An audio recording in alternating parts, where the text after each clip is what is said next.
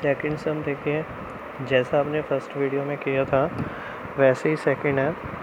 जैसा आपने फर्स्ट सम किया था वैसे ही सेकंड है। कहता है कि फाइंड करो मॉडुलस और आर्गुमेंट किसका बेटा, -3 + 1 आयोटा का।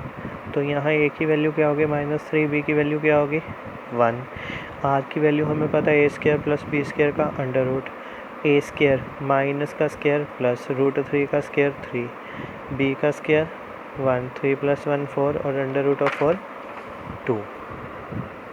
ठीक, और आर्ग्यूमेंट के लिए tan θ = b/a, b की वैल्यू 1, a की वैल्यू -√3, ये आ गया -1/√3। अब इस माइनस को 2 मिनट भूल जाओ और 1/3 देखो कब आता है 30 पे, तो मैंने 30 लिख दिया, या फिर -π/6 और अगर यहाँ माइनस था तो हो गया माइनस का साइन।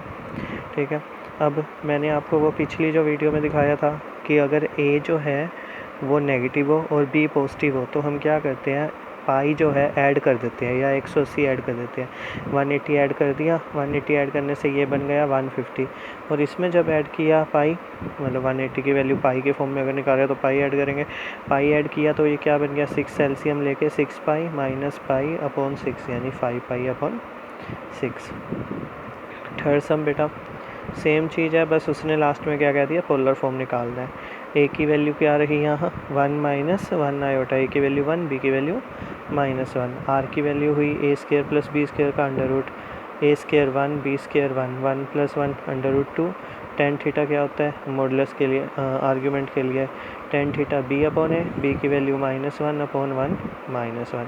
देखो अब 1 कब होती है 45 पे या फिर π/4 पे, तो मैंने वो वैल्यू लिख दी, और अगर माइनस है तो आगे क्या लग गया माइनस। और अच्छा, जब हमने देखा था पिछली उसमें कि जब a पॉजिटिव हो b नेगेटिव हो तो नो चेंज, जो वैल्यू आई है वैसे की वैसे ही रखनी है। ठीक है, अब पोलर फॉर्म होती क्या है, r cos θ + iota sin θ, r की जगह क्या लग गया, जो r की वैल्यू आई थी √2, ब्रैकेट कोस थीटा की जगह -π/4 प्लस आयोटा साइन थीटा की जगह π/4, और इसे करते हैं ब्रैकेट्स क्लोज। देखो अब इसे चेंज नहीं करना, अगर हम चेंज करेंगे तो हमारे पास यही वैल्यू आ जाएगी, सॉरी सोल्व करेंगे तो यही वैल्यू आ जाएगी। पोलर फॉर्म क्या है एक्चुअली, थीटा और रेडियाई या फिर मॉडुलस की फॉर्म में है, तो वो मैंने ऐसे ही रिप्रेजेंट करनी है इनका। फोर्थ सम है 1 + आयोटा, और पोलर फॉर्म बतानी है इसकी। देखो ये भी वही चीज़, ए की वैल्यू क्या आ गई यहाँ -1,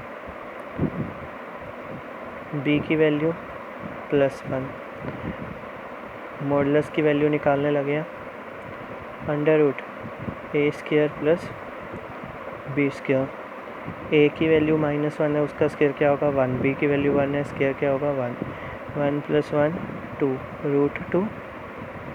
अब tan θ आर्ग्यूमेंट के लिए b/a, b की वैल्यू क्या है बेटा यहाँ 1, a की वैल्यू -1 यानी कि आपका आया -1।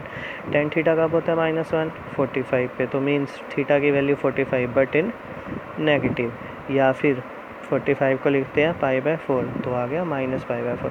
अब मुझे ये देखना है कि जब a नेगेटिव हो और b पॉजिटिव हो तो क्या करते हैं, a नेगेटिव और b पॉजिटिव। तो देखिए इसमें क्या किया था, a नेगेटिव b पॉजिटिव, तो क्या करते हैं then add the value of theta in pi, जो भी थीटा की वैल्यू आई है उसे पाई में प्लस कर देते हैं, यानी कि यहाँ जो मेरे पास थीटा रहेगा वो क्या रहेगा -45 + 180, और अगर आपने उसे पाई की फॉर्म में निकाला है तो -π/4 + पाई। यहाँ वैल्यू क्या रहेगी, 45 को माइनस किया आपने 5 और 3 135, और यहाँ क्या वैल्यू रहेगी 4 आ जाएगा, यहाँ 4π - π 3π/4। ठीक है, आपने निकालनी है पोलर फॉर्म, तो पोलर फॉर्म क्या होगी इसके, r की वैल्यू √2 कोस थीटा, थीटा की वैल्यू क्या आई है 3π/4 plus iota sine theta, sine theta की वैल्यू क्या आई है 3π/4, ये चीज़ आ गई इसकी वैल्यू। अगला सम आपको क्या दे दिया गया है -1 - आयोटा।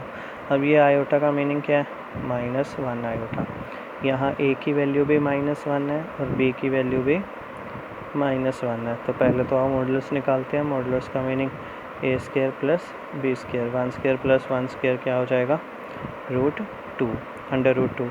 और अब निकालते हैं आर्ग्यूमेंट के लिए tan theta equal to b upon a, -1/1।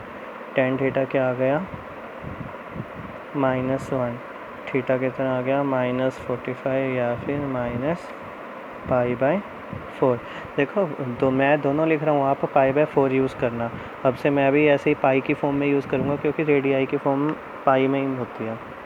हाँ जी बेटा, -π/4 आ गया। अब मुझे एक चीज़ देखनी है कि थीटा की वैल्यू में क्या कोई चेंज आता है जब a भी नेगेटिव होता है और b भी नेगेटिव होता है। आ जाओ वापस, a नेगेटिव b नेगेटिव, कौन सी फॉर्म है ये? This one. Then in value of theta add -π, यानी कि जो भी वैल्यू मेरे पास आई है उसमें -π ऐड करेंगे। तो वैल्यू एक चीज़ और, a और b दोनों नेगेटिव थे तो ये कैंसिल हो गए। प्लस का 1 आना था और जिससे वैल्यू आनी थी +45। तो मुझे अब थीटा की वैल्यू के लिए क्या करना है? ऐड -π।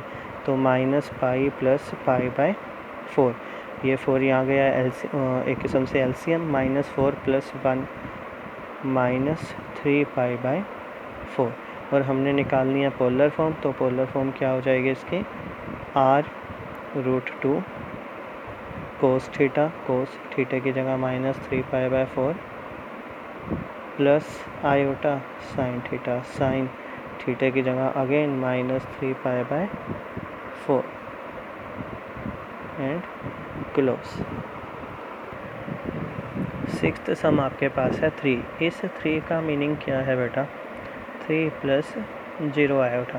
5.1 एक्सरसाइज में बताया था कॉम्प्लेक्स नंबर की डेफिनेशन के अनुसार।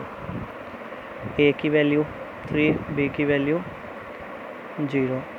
ठीक, r की वैल्यू फाइंड करो। a² + b², सिंपल रहेगा 3² + 0²। आंसर आ गया 3।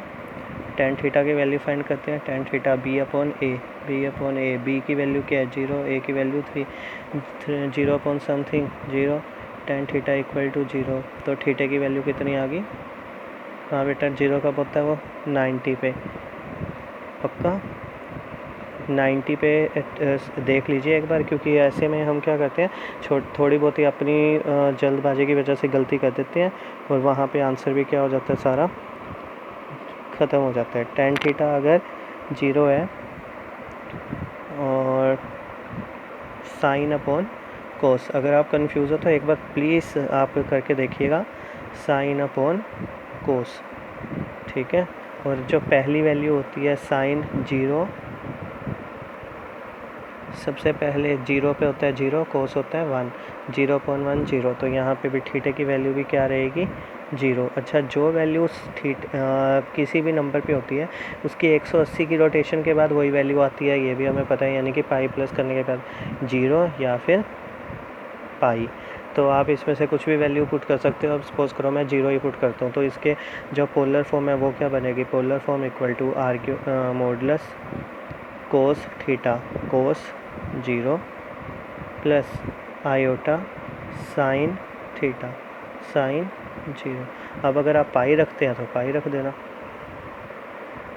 7 सम √3 प्लस आयोटा। a की वैल्यू क्या है बेटा इसमें? √3। b की वैल्यू क्या है? बिल्कुल 1, कुछ नहीं है तो 1। अगर बेटा वो अक्षर ही नहीं है, जैसे आयोटा ही ना होता तो 0 आयोटा, अगर आयोटा है और अगर कोई अक्षर नहीं लिखा हुआ तो उसका मीनिंग है वो डिजिट क्या है? 1। r की वैल्यू फाइंड करें। a² + b², 3 + 1 कितना आया? 4, और 4 की वैल्यू क्या आ गई? √2। अब tan थीटा पे आए। tan theta equal to b upon a, 1/√3, यानी कि थीटा की वैल्यू क्या आ गई? ये तो पॉजिटिव ही आया, 30 डिग्री। ठीक है, 30 मतलब π/6। पोलर फॉर्म क्या बनी इसकी? ये तो कोई चेंज करने की ज़रूरत ही नहीं है, दोनों ही पॉजिटिव हैं। पोलर फॉर्म बनी r2 कोस थीटा, कोस π/6 प्लस आयोटा साइन थीटा π/6। क्या सोल्व नहीं करना, इसे ऐसे रहने देना। अब इसका 8th सम आयोटा। अगर ये अकेला आयोटा वही चीज़ रियल पार्ट नहीं है तो 0 + आयोटा। ए की वैल्यू क्या है 0 और बी की वैल्यू क्या है 1, क्योंकि 1 आयोटा हो जाएगा। आर की वैल्यू निकालते हैं, ए स्क्वायर प्लस बी स्क्वायर 0 + 1 आ गया। टेन थीटा की वैल्यू निकालते हैं, टेन थीटा क्या होता है b/a 1/0 यानी कि इनफाइनाइट। टेन थीटा इनफाइनाइट कब होता है π/2 पे, यानी एंगल आ गया π/2। अब इसकी पोलर फॉर्म निकालते हैं, पोलर फॉर्म मैं यही निकाल रहा हूँ।